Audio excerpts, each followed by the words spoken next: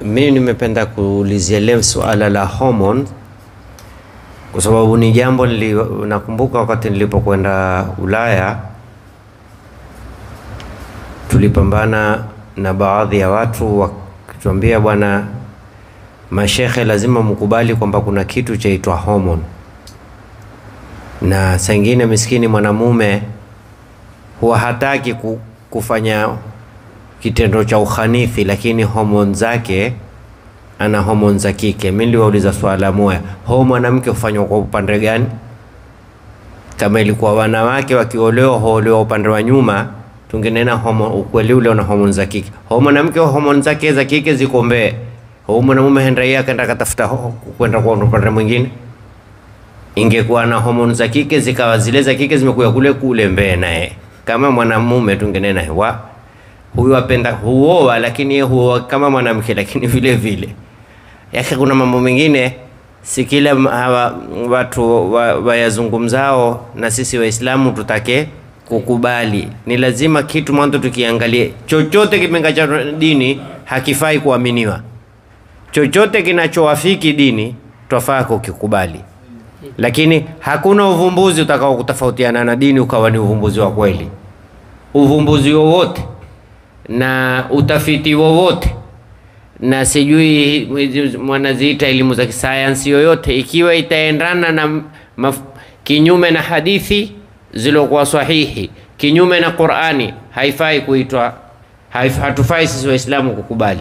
Lakini alhamdulillah hakuna hata kimoja yao kimekhalifu, ila ni hawa ndo ukhalifu Qur'ani ikakhalifu na sunna.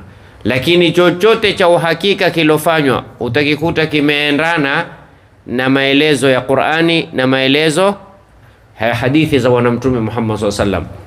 Lakini tusiposoma sisi dini yetu, tutakuja kuwekwa mahala pabaya kusema kweli bwana, kumbe kweli bwana, kweli bwana. Muona ule mwanamke ana ndevu ana hormone za kiume. Sasa na mwanamke tukamwona mwanamume hame ndevu, kweli ule ana hormone za kike, one hame ndevu. Sasa apunge mkono, sasa avae sidiria nini, ana hormone za kike?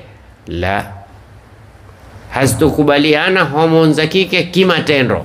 Hormone za kike zitadhihiri katika baadhi ya matendo kama hiyo, kuchelewa kumea masharubu, au ndevu zake hazina nguvu.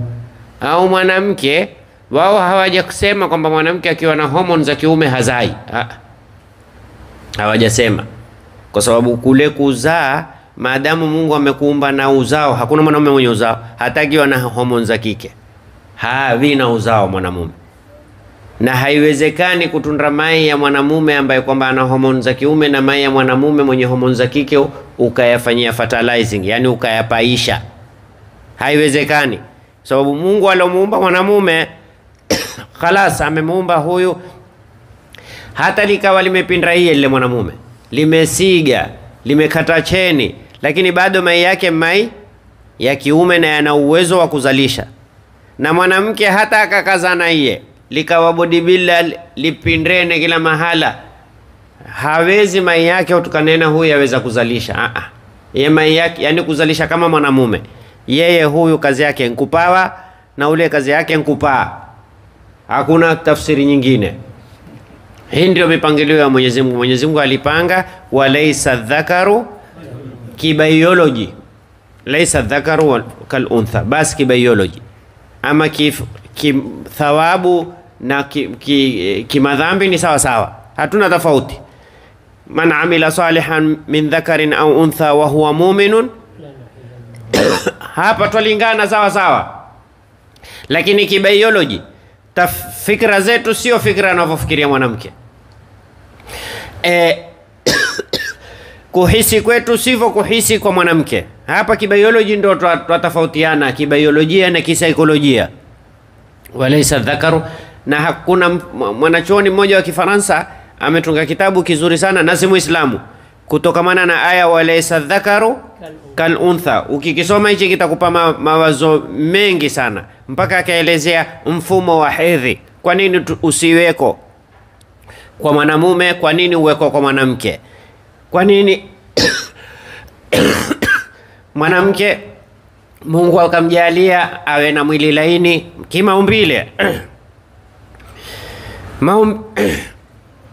Basi wakati umekwisha kweli. Maumbile Mungu amejalia haswa jili la kike liwe laini. Utaweza wewe mwili ukishika huisi wa kiume huisi wa kike. Ingetupa kazi pia katika kuzikana. Saa nyingine huwa hatutaki kufunuana. Lakini ukishika tutayua huyu mwanamke. Huyu mwanamume. Hata mikono tukipeana. Ushika mkono. Huyo kumwangalia mwanamume kweli huyo. Mbona kono limelegea namna hii? Sana namna hii. La, mwanamume Mungu amemjalia anafupa. Sisi unena ule unafupa la kike na ule unafupa la kiume, kwamba mwanamume ana maumbile ya kiume na mwanamke ana maumbile ya kike. Kwa hiyo tusie tukasikia kuna ati wataalamu wamekuya wakanena mwanamume akiwa na homoni za kike aweza kufanya mambo ya kike. Aweza kuwa na ishara za kike, sio kufanya mambo ya kike. Aweza kuwa na nyewe ndefu. Aweza mwanaume kwa liona lina minyee mirefu. Aweza. Na mwanamume, na haimaanishi mwanamke akiwa na nyewe fupi ana homoni za kiume, la. Lakini mwanamke pia akiwa na homoni za kiume aweza kuwa na ishara. Ni hayo, kuna wanawake wengine upiga mkono. Kuna wanaume ukawasikitikia watiwa ngumi sawasawa na wake zao, mwambia si umwate, mimi wallahi ni hiyo tu wazazi. Basi na wewe muandike mikono, mimi sikuzoea kupigana na wanawake, hamuwezi. Lakini lazima akubali matokeo. Mwenyezi Mungu atupe kila la kheri.